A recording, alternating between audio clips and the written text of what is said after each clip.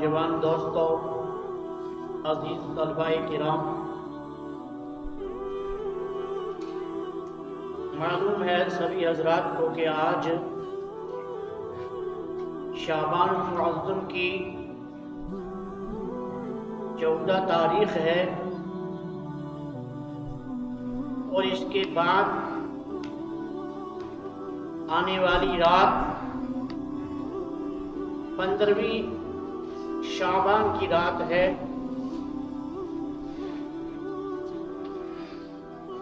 اس مقدس رات کے بارے میں جب سے یہ ناچیز یہاں خطابت کا فریضہ انجام دیتا آیا ہے، تب سے ہر سال تفصیل کے ساتھ اور تحقیق کے ساتھ بیان ہوتا آیا ہے۔ اللہ تعالیٰ قبول فرمائے۔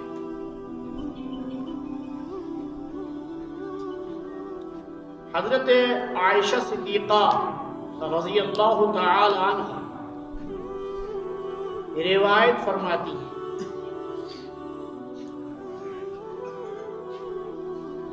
کہ میں آپ صلی اللہ علیہ وسلم کے حجرہ پاک میں تھی،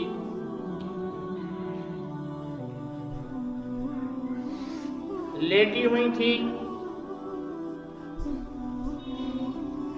اور رسول پاک صلی اللہ علیہ وسلم کی جگہ کو دیکھا۔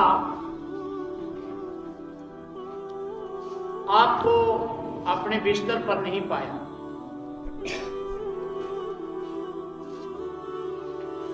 میں دوڑی ہوئی، گھبرائی ہوئی باہر نکلی۔ آپ صلی اللہ علیہ وسلم نظر نہیں آئے تو میں جنت البقیع قبرستان کی طرف چلی گئی اور جنت البقیع میں نے دیکھا کہ حضرت رسول اکرم صلی اللہ تعالی علیہ وسلم زار و قطار رو رہے ہیں اور اہل بقیع کے لیے مغفرت کی دعا فرما رہے ہیں۔ میں بھاگی ہوئی، دوڑی ہوئی واپس آئی۔ ابھی میرا سانس پھولا ہی تھا کہ آپ صلی اللہ علیہ وسلم حجرہ پاک میں تشریف لائے۔ آپ صلی اللہ علیہ وسلم نے مجھ سے فرمایا کہ عائشہ، کیا تم یہ سمجھ بیٹھی تھی کہ میں اللہ کا رسول محمد رسول اللہ صلی اللہ علیہ وسلم آپ کے ساتھ خیانت کروں؟ تو میں نے عرض کی، یا رسول اللہ صلی اللہ علیہ وسلم، مجھے یہ محسوس ہوا کہ شاید آپ صلی اللہ علیہ وسلم کسی زوجہ مطہرہ کی خبر گیری کے لیے تشریف لے گئے ہیں یا باہر نکلے ہیں، تو نصیب دشمنا آپ کو کوئی تکلیف نہ پہنچا دے، اس وجہ سے میں آپ کی تلاش میں نکلی تھی۔ آپ نے فرمایا کہ تم نہیں جانتی ہو، یہ رات 15ویں شب کی رات ہے اور اس رات اللہ ذوالجلال والاکرام اپنی شان کے مطابق آسمان دنیا پہ نزول اجلاس فرماتے ہیں، یعنی اللہ کی رحمت اور اللہ کا فضل اور اللہ کا کرم اس قدر عام ہو جاتا ہے کہ اللہ تعالیٰ کی رحمت بندوں کے قریب آ جاتی ہے. اور اس رات اللہ تعالیٰ منادی کرتا ہے الا من مستغفر فاغفر له، کیا کوئی ہے مغفرت چاہنے والا، مغفرت مانگنے والا، میں اس کی مغفرت کر دوں. الا من مسترزق فارزق، کیا کوئی ہے رزق کا طلبگار، رزق مانگنے والا، میں اس کو روزی دے دوں، میں اس کو رزق دے دوں. الا من مبتلا فعافیہ، کیا کوئی ہے ایسا میرا بندہ جو مبتلا مرض ہو، مبتلا غم و پریشانی ہو، مبتلا مصائب ہو، وہ آج رات میرے سامنے دامن پھیلا دے، وہ آج رات میرے سامنے عجز و نیاز کے سجدے کرے، وہ آج میرے سامنے آنسو بہائے. فوعافیہ، میں اس کو عافیت بخش دوں گا. الا کذا حتی یطلع الفجر. اسی طرح اللہ تعالی کے فرشتے منادی کرتے رہتے ہیں اللہ کی جانب سے یہاں تک کہ فجر طلوع ہو جاتی ہے. پھر فرمایا کہ اس رات اللہ تعالی کی مغفرت کا عام اعلان ہو جاتا ہے، عمومی اعلان ہو جاتا ہے. اور فرمایا کہ بنو کلب یہ ایک خاندان اور قبیلہ تھا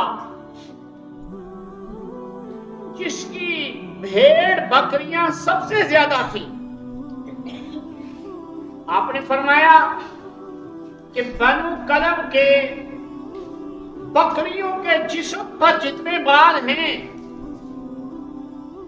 ان سے زیادہ اللہ تعالیٰ اپنے بندوں کی مغفرت فرماتے ہیں اس رات میں.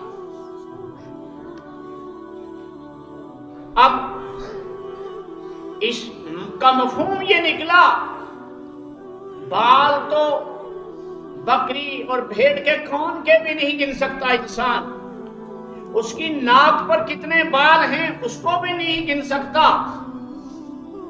اس حدیث پاک کا معنی یہ ہے کہ لا تعداد اللہ تعالیٰ اپنے بندوں کی مغفرت فرماتے ہیں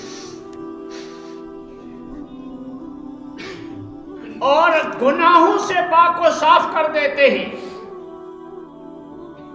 لیکن اس کے باوجود، اس عام مغفرت کے باوجود، اس عمومی مغفرت کے باوجود آپ صلی اللہ علیہ وسلم نے فرمایا،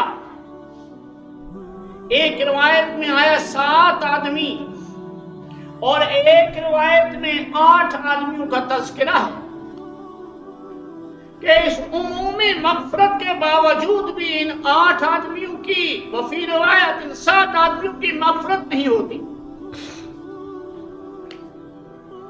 وہ کون سے آدمی ہیں بد نصیب جو اس رات میں بھی اللہ تعالیٰ کی عمومی مغفرت اور رحمت سے محروم ہوتے ہیں؟ ان میں سب سے پہلا آدمی مشرک، اللہ کی ذات کے ساتھ شریک ٹھہرانے والا، اللہ کے صفات کے میں شریک ٹھہرانے والا،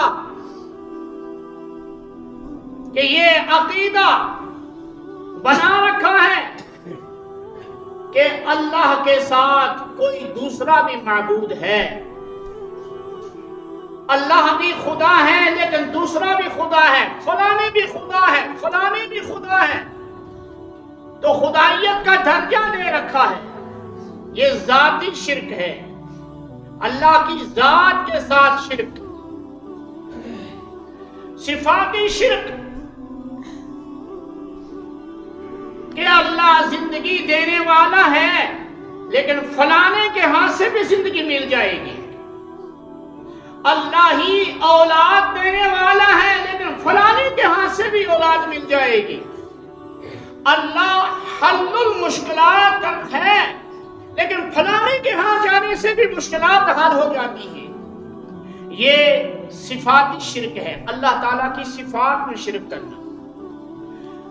قرآن اور احادیث مبارکہ میں ان دونوں قسم کے شرک کی مذمت بیان کی ہے اور فرمایا کہ اس رات میں مشرک کی مغفرت نہیں ہوتی تا وقت کہ وہ توبہ کر لے اس گناہ عظیم سے۔ دوسرا آدمی ناحق قتل کرنے والا، کوئی جرم نہیں، صرف جرم میں بے گناہی ہے،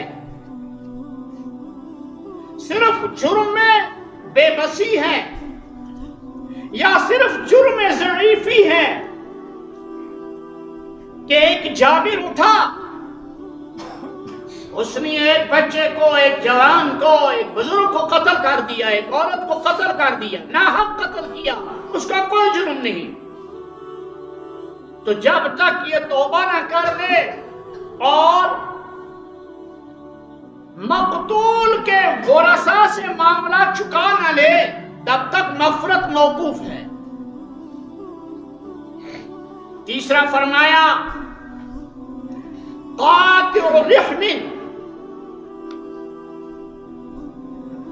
دنیا کی معمولی سی بات پر رشتہ توڑ دیا، روٹ گیا اور قسم کھا بیٹھا کہ اب عمر بھر اس سے بات نہیں کروں گا، لیکن مدعا دنیا ہے، مدعا دکان ہے، مدعا زمین ہے،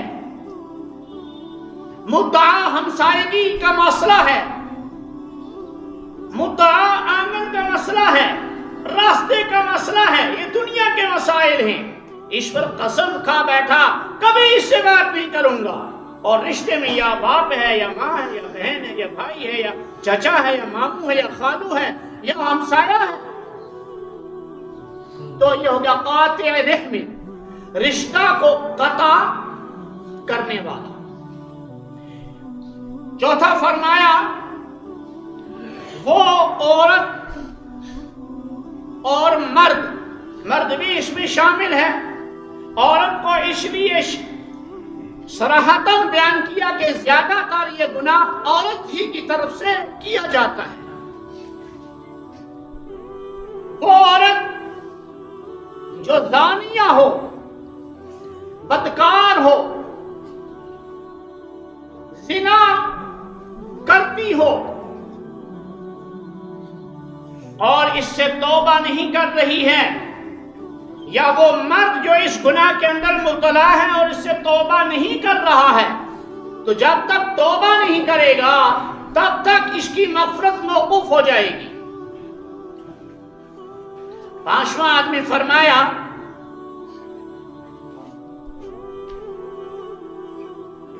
ازار یعنی شلوار اور تہبند یا پینٹ، ٹراؤزر جو آج کل مروجہ ہیں، یہ اس انداز سے پہنے کہ ٹخنے ننگے ہوں، یہ ٹخنے ڈھکے ہوئے ہوں، ٹخنوں سے نیچے ازار ڈال کر چلنے والا، پینٹ پتلون پہن کر چلنے والا یا تہبند پہن کر چلنے والا۔ اب ٹخنے موزے سے بھی ڈھک جاتے ہیں۔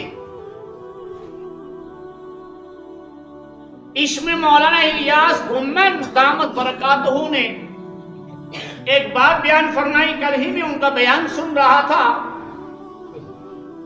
نازلاً قائماً، یہ گناہ تب ہے جب نازلاً یعنی اوپر سے جو کپڑا پہنا ہے آپ نے، پاجامہ، شلوار، تہبند، پینٹ، پتلون، یہ اس اوپر والے کپڑے نے ان ٹخنوں کو ڈھانک لیا ہے اور کھڑے جب ہوتے ہیں تو تب آپ کی شلوار نیچے آ جاتی ہے، آپ کی پینٹ نیچے آ جاتی ہے. آپ بیٹھے ہوئے ہیں تو شلوار ٹخنوں پہ آ گئی تو لا حرج فی. اس میں حرج کی بات، موزے آپ نے پہنے ہیں تو موزے نیچے سے پہننا ہے، اس میں ضروری ہے کہ ٹخنا ڈھانکا جائے. موزے سے ٹخنا ڈھانکا ہوا ہے تو اس سے کوئی حرج نہیں ہے.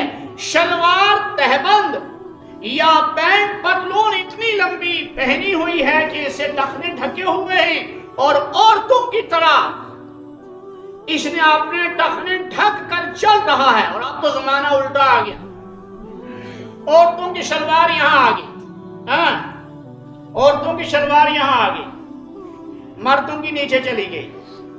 مرد بن رہے ہیں عورت اور عورتیں بن رہی ہیں مرد.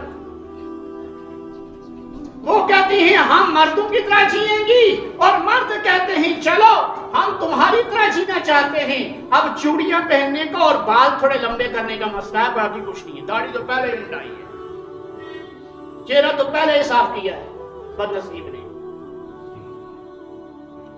عورت مرد بننا چاہتی ہے، مرد عورت بننا چاہتے ہیں. یہ بدنصیبی کی بات ہے، ورنہ اللہ نے مرد بنایا. الرجال قوامون علی النساء، مرد تو عورتوں پہ نگران ہیں، مرد تو عورتوں پہ قوام ہیں. مرد کو تو سینیارٹی ملی ہے، عورت بعد میں آئی ہے، مرد پہلے آیا ہے. تو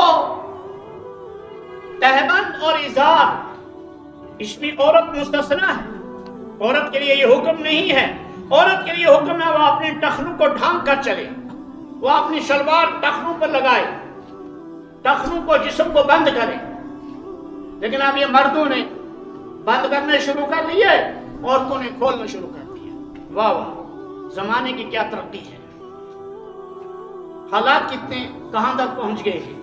چلیے اس پر باتیں ہوتی رہتی ہیں الحمدللہ، لیکن سمجھنے کی بات اور عمل کرنے کی بات ہے. اس کی بھی مغفرت نہیں ہوگی. اور پانچواں آدمی محتکر، پورا بازار غلے کی کسی قسم کا محتاج ہے، دنیا محتاج ہے. اس نے غلہ،